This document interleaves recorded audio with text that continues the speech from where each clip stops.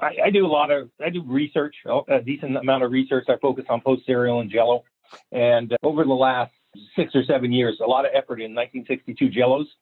And just because there's not historical information available on that, trying to figure out what players were on what boxes and what makes those 21 so tough to find, stuff like that. And I'm helping a guy, and I'm writing a chapter for a book he has on the issue, but the promotion.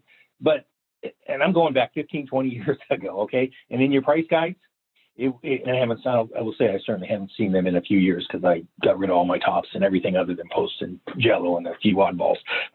There's Bobby Richardson is in there.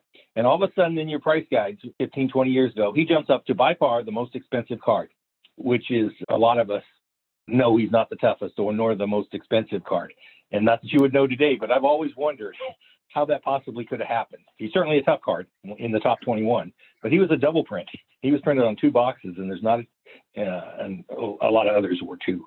There's just not a chance. He'll sell for a third of what some of these other cards might sell for. I just wonder, not that you can answer, just throwing it out. I can answer in a way that will probably be unsatisfactory to you, but basically, if you go back, as I said, 16 years ago, I sold the company almost. In January, it'll be 16 years. So I haven't had any involvement at all in the price guide, other than I'm an advisor, but basically they're now in the second ownership regime from when I sold.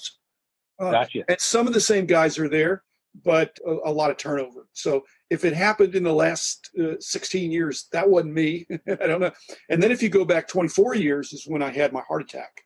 And I really stepped out of day-to-day pricing at that point. So that's been a long time. My feeling is, I can just tell you how it worked back in the day. And that is that as much as possible, we were trying to get comprehensive information of whatever was selling out there. The problem with 62 Jellos is that it's not just what is selling, it's what's not even available for sale.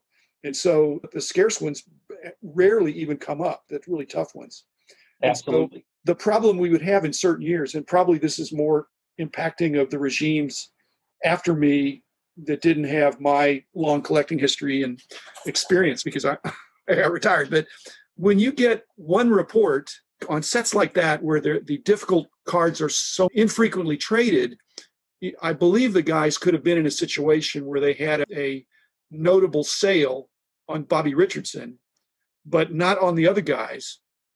And that caused him to be goosed up based on a comparable sale in the previous year, that even though the other guys are tougher, they had not come up. That's my possible explanation.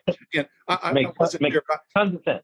They could not have ignored the fact that Bobby Richardson sold for something, but if they didn't have, I collected all this stuff, and most of the guys, Ken, are younger than you and me, so they weren't necessarily there telling their mom to get the Jello or Post.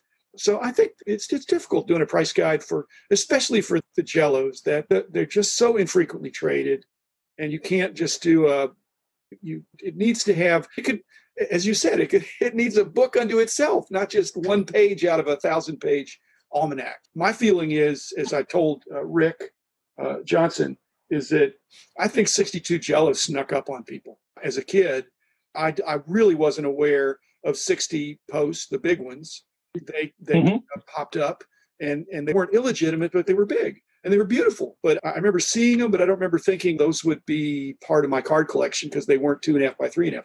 61 Posts, though, every kid knew about that, and they weren't treated the same as tops, but they were, hey, Mom, I want to get some Post cereal, even though Post cereal was probably in third place, way behind Kellogg's and behind Wheaties and General Mills and those kind of things. So this was an opportunity for Post to jump out there. I was very aware.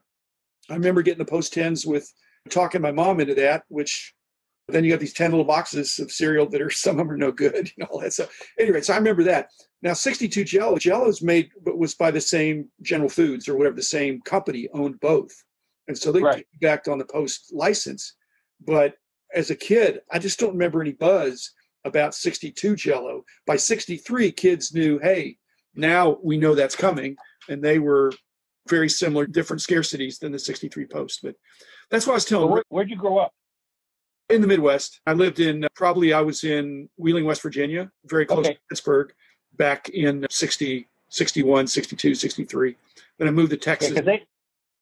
You never got those boxes. That's why you didn't know about them, nor did we. They were a test set. Yeah, And 62. put out. Yeah. Yep, test set put out in the Chicago. There's one Jello. I have found a lot Jello of Chicago. Yeah, yeah. in Chicago, Milwaukee, Peoria. Those were the main cities in the Jello district that these things got put out. In 62, that would make a lot of sense. When I was in Ohio, when I was in Bowling Green in the 70s, I did a lot of the Chicago shows.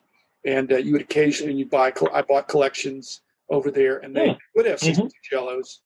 But all of them were pretty tough to where you just weren't finding very many. Although when I did find them, just again, we want to talk about 61 Post today, but 62 Jello, Sure. when I did find them, I found duplicates. I think kids, they'd have their flavor that they liked, and if it was a good, and with an emphasis on better players. Because you could see what you get. But I was thinking also with Post versus Jello, there was a whole lot more cereal consumed in my house than there was Jello.